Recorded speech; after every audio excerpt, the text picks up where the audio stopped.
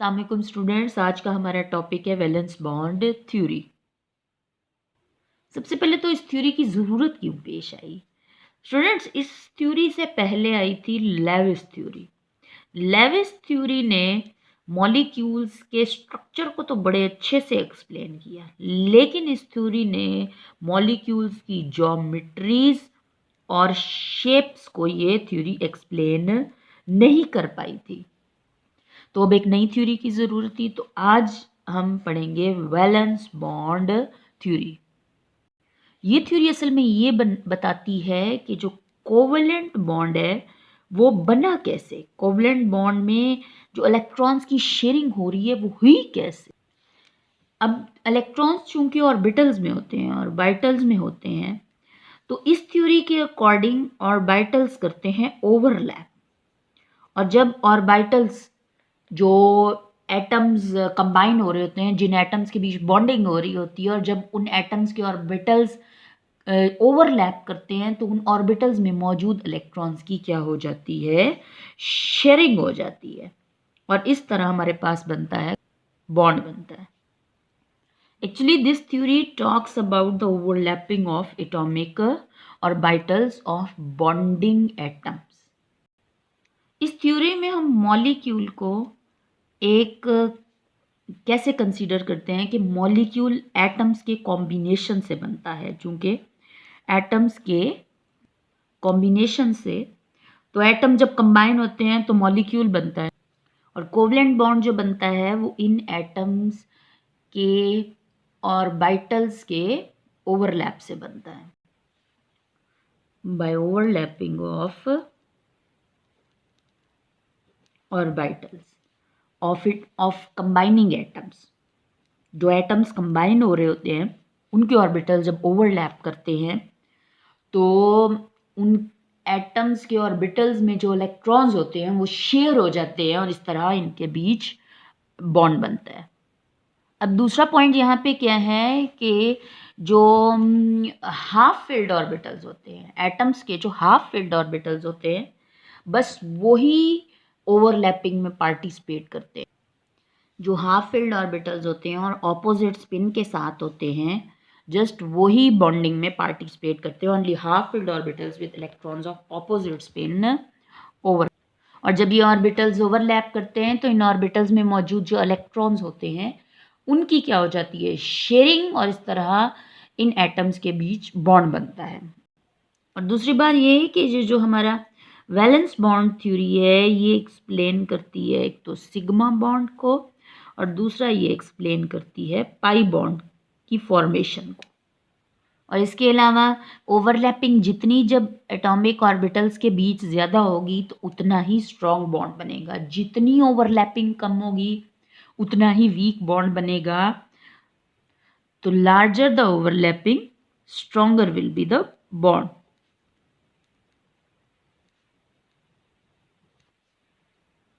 तो जितनी ज़्यादा ओवरलैपिंग होगी उतना ही हमारा बॉन्ड क्या होगा, स्ट्रॉन्ग होगा। Extent of overlapping is directly proportional to strength of bond. तो उतनी ज़्यादा बॉन्ड की स्ट्रेंथ होगी, और जितना ज़्यादा बॉन्ड की स्ट्रेंथ उतनी ही बॉन्ड एनर्जी ज़्यादा होगी, और जितनी बॉन्ड एनर्जी ज़्यादा होगी उतना ही बॉन्ड लेंथ कम होगी। तो in other words, extent of overlapping, जितना ओवरलैप ज़्यादा होगा उतना हमारा जो बॉन्ड होगा उन दो एटम्स के बीच स्ट्रॉन्ग होगा, और उतना ही जितना स्ट्रॉन्ग बॉन्ड होगा उतना उसका बॉन्ड एनर्जी ज़्यादा होगा, और उतनी बॉन्ड लेंथ कम होगी दो एटम्स के बीच। बॉन्ड लेंथ कम होगी मतलब दो एटम्स क्लोज होंगे। अब हमारे पास ओवरलैपिंग यहाँ पे जो हम करेंगे एक्सप्लेन वो दो तरह की है। एक तो है सीधी सी head on overlapping, head on overlapping. इसके अलावा हेड ऑन ओवरलैपिंग को एक्सियल ओवरलैपिंग भी कहा जाता है, एक्सियल ओवरलैपिंग। जबकि दूसरी हमारे पास है वो है पैरेलल ओवरलैपिंग। इसको साइड वाइज ओवरलैपिंग भी कहा जाता है, और इसको एक और नाम भी दिया जाता है जो कि है लेटरल ओवरलैपिंग। जब भी हेड ऑन ओवरलैपिंग होती है, atomic orbitals head on overlap करते हैं, तो इसके नतीजे में हमेशा बनता है सिग्मा बॉन्ड। और जब भी लेटरल या पैरेलल ओवरलैपिंग होती है, इसके रिजल्ट में हमेशा बनता है पाई बॉन्ड। अब हम सबसे पहले ओवरलैपिंग की टाइप्स को देखेंगे। तो सबसे पहले हमारे पास है हेड ऑन ओवरलैपिंग।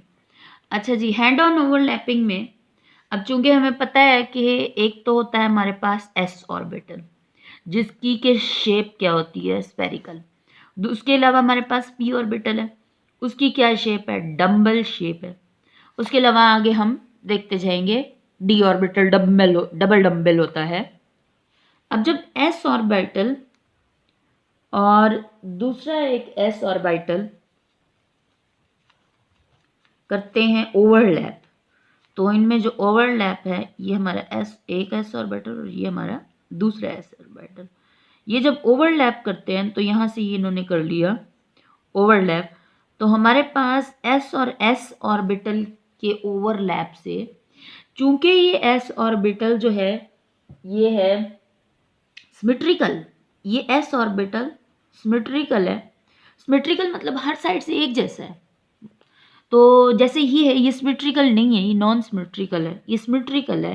एस, ये जब भी एस और एस ऑर्बिटल ओवरलैप करेंगे, इसके रिजल्ट में हमेशा कौन सा बॉन्ड बनेगा, सिग्मा बॉन्ड। इवन अगर एस ऑर्बिटल और पी ऑर्बिटल, एस ऑर्बिटल और पी ऑर्बिटल ये भी अगर ओवरलैप करें और पी ऑर्बिटल जो है वो सामने से हेड ऑन ओवरलैप करे, तो भी यहाँ पे बनता है सिग्मा बॉन्ड। देखो ये हमारे पास एस ऑर्बिटल और ये हमारे पास पी ऑर्बिटल, ये यहाँ से इन्होंने किया ओवरलैप। तो जब एस और पी ऑर्बिटल भी ओवरलैप करें और पी जो है वो हेड ऑन आए, हेड ऑन सामने से आए, तो यहाँ पे भी जो जब ओवरलैपिंग होती है तो हमारे पास बॉन्ड कौन सा बनता है, सिग्मा। अब हम एग्जाम्पल देखते हैं HF की। तो ये कुछ इस तरह का जो है शेप बनता है। अब हम एग्जाम्पल देखते हैं HF की। HF में हाइड्रोजन जो है इसका एटॉमिक नंबर 1 है, तो इसका इलेक्ट्रॉनिक कॉन्फ़िगरेशन सबसे पहले हम लिखेंगे, दैट इज़ 1s1। और उसके बाद हम फ्लोरीन की राइट करते हैं, एटॉमिक नंबर 9, 1s2, 2s2। अब ये 2px, 2py और 2pz, इसमें भी 1, इसमें 1, पहले 1 जाएगा और फिर ये यहाँ पे ये है, इसमें ये हाफ फील्ड है, ये हाफ फील्ड और ये भी हाफ फील्ड है। तो जो है हाइड्रोजन का ये 1s और फ्लोरीन का 2p ये कर जाते हैं ओवरलैप, बिल्कुल ऐसे ही, बिल्कुल ऐसे ही ओवरलैप करेंगे। और जब ये ओवरलैप करेंगे तो इनके बीच बॉन्ड बनेगा।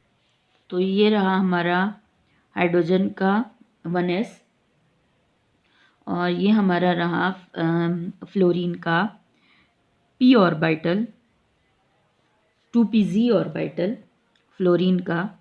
अब इनके बीच होगा ओवरलैप, ये हमारा s ऑर्बिटल और ये हमारा p ऑर्बिटल, यहाँ पे हो गया ओवरलैप। और अब हमारे पास कुछ ऐसा बनेगा शेप। इस ओवरलैपिंग से, जब ये एटॉमिक ऑर्बिटल्स ओवरलैप किए तो ओवरलैपिंग से इन दो ऑर्बिटल्स के बीच जो में इलेक्ट्रॉन्स थे उनकी क्या हो गई, शेयरिंग हो गई, और वो इस ओवरलैपिंग वाले जगह पे दोनों इलेक्ट्रॉन्स चले जाएंगे। अब हम देखते हैं कि फ्लोरीन में कैसे बनता है। देखो फ्लोरीन का एटॉमिक नंबर 9 है, तो हमारी इसकी इलेक्ट्रॉनिक कॉन्फ़िगरेशन हो गई।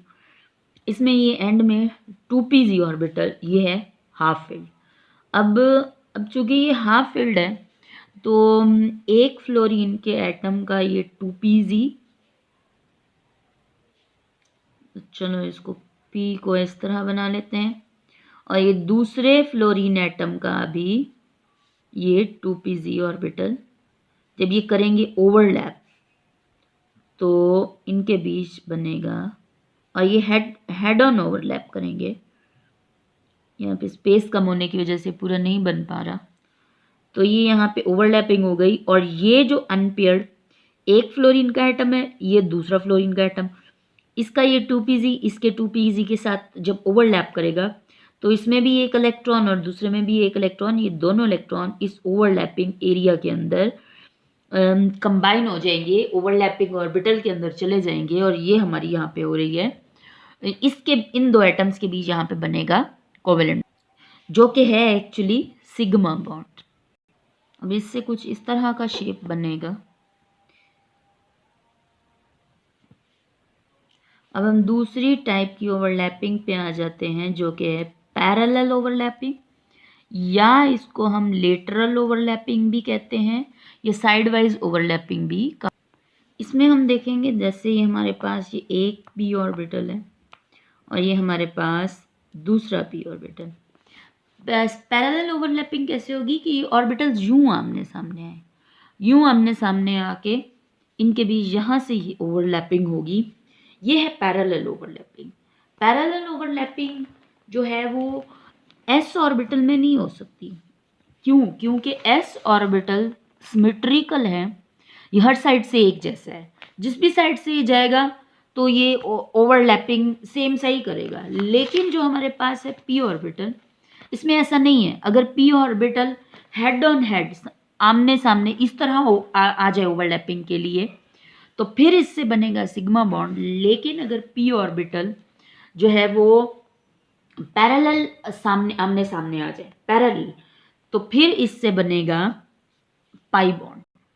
यहाँ पे कुछ इस तरह की क्रिएट होगी सिचुएशन कि ये एक पी ऑर्बिटल और ये दूसरा पी ऑर्बिटल, और ये रही इनकी बीच की ओवरलैपिंग। अच्छा, और एक और बड़ी इंपॉर्टेंट बात यहाँ पे कि देखो, यहाँ पे जब हेड ऑन ओवरलैपिंग होती है तो जो ऑर्बिटल्स हैं वो ज़्यादा एक दूसरे के साथ ओवरलैप कर जाते हैं। लेकिन यहाँ पे जब होती है पैरेलल ओवरलैपिंग, ये ऑर्बिटल्स एक दूसरे के अंदर ज़्यादा ओवरलैप नहीं कर पाते। यहाँ पे हेड ऑन ओवरलैपिंग में ये एक दूसरे के अंदर ज़्यादा ओवरलैप कर जाएंगे और पैरेलल में कम ओवरलैप कर पाते हैं।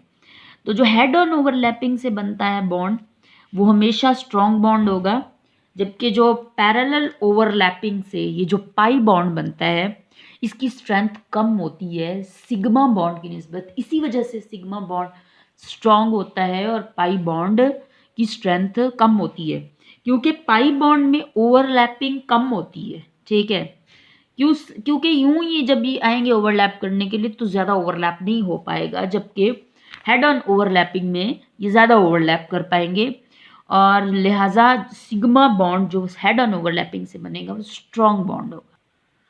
तो sigma strength of overlapping is directly proportional to strength of bond. जितनी ज़्यादा ओवरलैपिंग होगी उतना ही ज़्यादा बॉन्ड की स्ट्रेंथ ज़्यादा होगी। लिहाजा जो सिग्मा बॉन्ड है वो स्ट्रॉन्ग बॉन्ड होता है, तो उसकी जो बॉन्ड एनर्जी है वो कितनी है 80 किलो कैलोरी पर मोल, जबकि पाई बॉन्ड की बॉन्ड एनर्जी जो है वो है 65 किलो कैलोरी पर मोल। उसकी वजह क्या है कि सिग्मा बॉन्ड बनता है हेड ऑन ओवरलैपिंग से, जिसमें ऑर्बिटल्स एक दूसरे में ज़्यादा ओवरलैप करेंगे।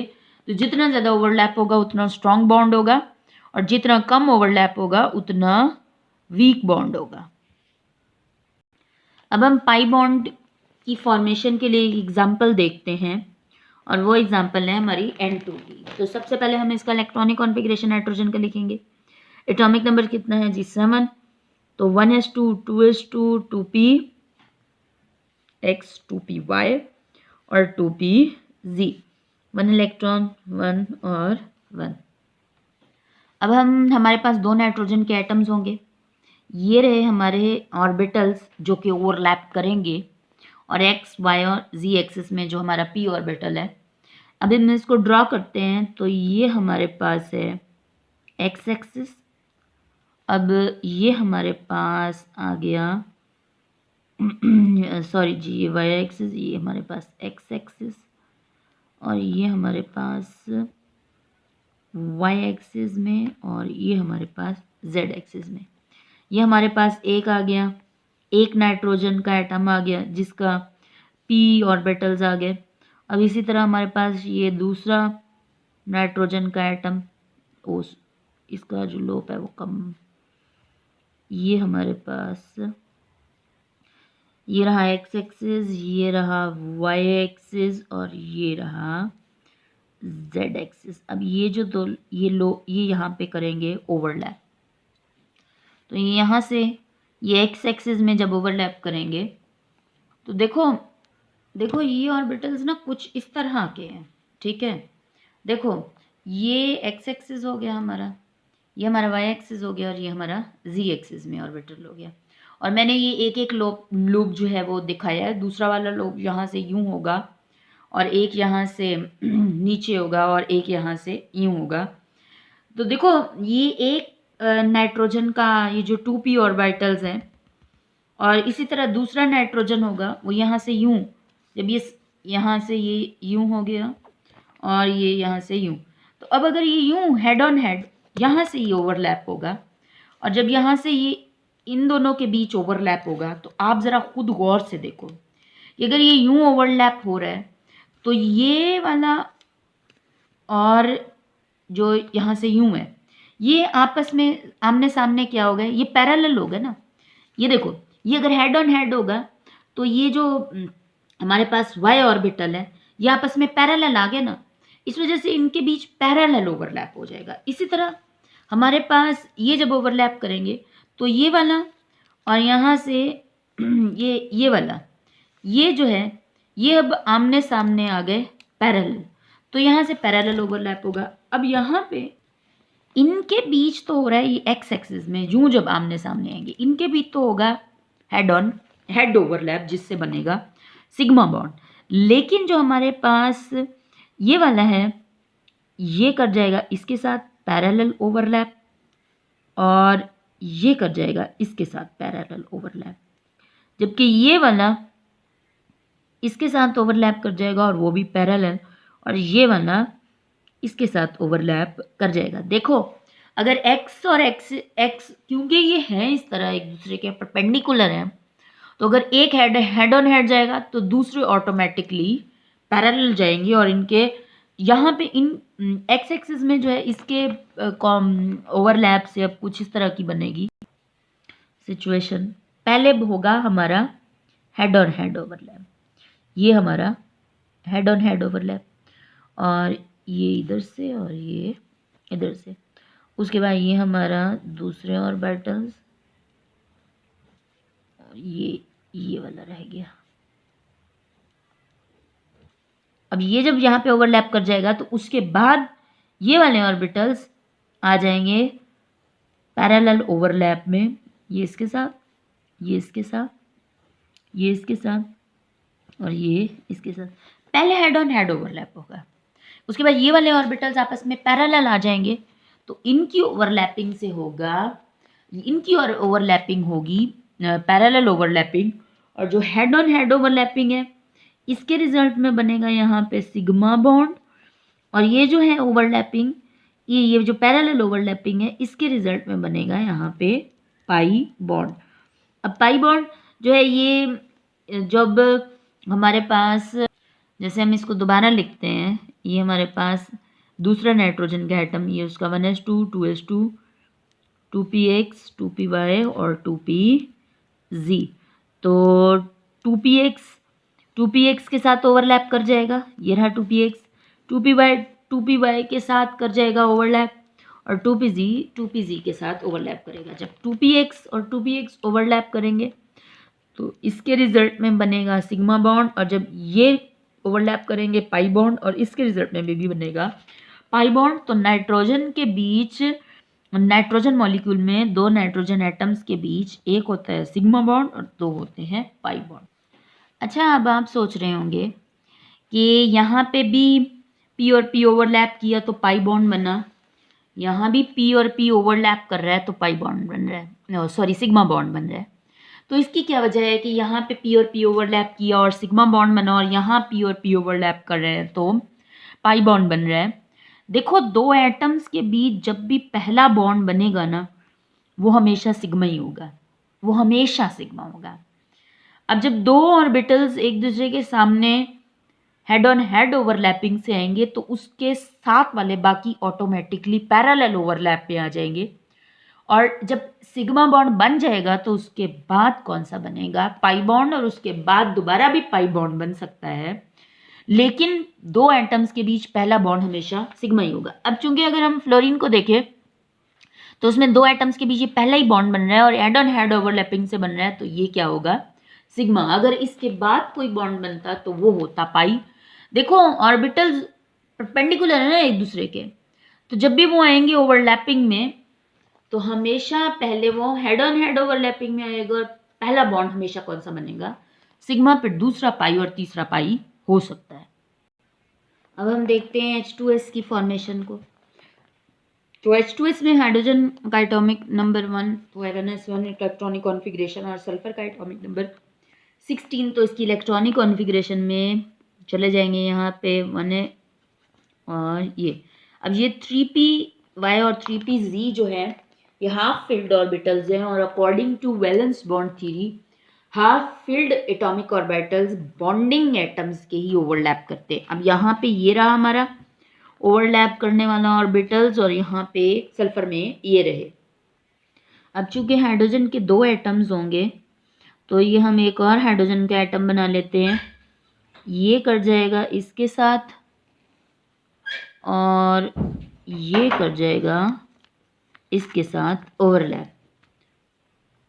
और अब हम डायग्रामेटिक फॉर्म में बनाएं तो हम सिर्फ पी वाई और पी जी को बना लेते हैं। ये हमारा हो गया पी वाई और ये हमारा हो गया पी जी। तो यहाँ से आएगा ये हमारा हो गया सल्फर, यहाँ से ये डम्बल शेप और यहाँ से ये हाइड्रोजन आएगा एक साइड से और यहाँ से भी आएगा हाइड्रोजन अपना ये एक ऑर्बिटल के साथ। यहाँ हो जाएगी ओवरलैपिंग, यहाँ हो जाएगी ओवरलैपिंग और यहाँ पे ये सल्फर के साथ इस साइड से भी ये बनेगा सिग्मा बॉन्ड। ये चूँकि P और S के ओवरलैप से, तो P और S के ओवरलैप से हमेशा सिग्मा बॉन्ड बनेगा।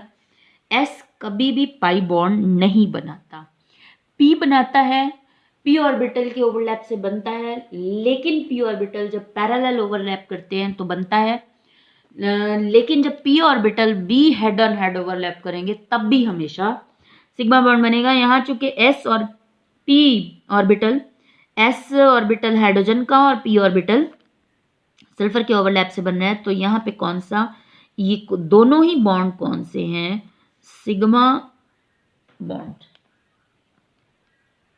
और इसके बीच एंगल है 92 डिग्री। अब हम चंद लाइनों में वैलेंस बॉन्ड थ्योरी को जो है वो सम अप कर लेते हैं। वैलेंस बॉन्ड जो बॉन्डेड एटम्स हैं जो बॉन्डिंग में पार्टिसिपेट करें, जैसे यहाँ पे हाइड्रोजन और सल्फर, उनके half filled atomic orbitals overlap करेंगे और हाफ फिल्ड एटॉमिक ऑर्बिटल्स जब ओवरलैप करेंगे तो अगर वो हेड ऑन हेड ओवरलैप करेंगे तो हमारे पास हमेशा बनेगा सिग्मा बॉन्ड, और अगर वो पैरेलल या लेटरल ओवरलैप करेंगे तो उससे हमारे पास बनेगा हमेशा पाई बॉन्ड। अब यहाँ पे हम एक क्वेश्चन भी कर लेते हैं। देखो ये हमारे पास बना हुआ है इथीन का स्ट्रक्चर बना हुआ है इथीन का। अब अगर कोई आपसे पूछे कि इसमें कितने सिग्मा बॉन्ड है और कितने पाई बॉन्ड हैं, तो देखो ये दो एटम्स के बीच ये वाला बॉन्ड, दो एटम्स के बीच पहला बॉन्ड हमेशा ही सिग्मा होता है, तो ये रहा हमारा सिग्मा। ये भी दो एटम्स के बीच पहला बॉन्ड सिग्मा ही होगा, ये भी रहा सिग्मा, ये भी रहा सिग्मा। अब इन दो एटम्स के बीच दो बॉन्ड है तो इसमें से पहला होगा सिग्मा और दूसरा होगा पाई। तो दो एटम्स के बीच पहला बॉन्ड हमेशा सिग्मा बॉन्ड बनता है क्योंकि ऑर्बिटल्स एक दूसरे के परपेंडिकुलर हैं, और जब वो आएंगे तो पहले तो हमेशा हेड ऑन हेड ओवरलैप करे होगा और फिर जो उसके ऊपर या इस तरह है उनका ऑटोमेटिकली कैसा ओवरलैप हो जाएगा, पैरेलल ओवर।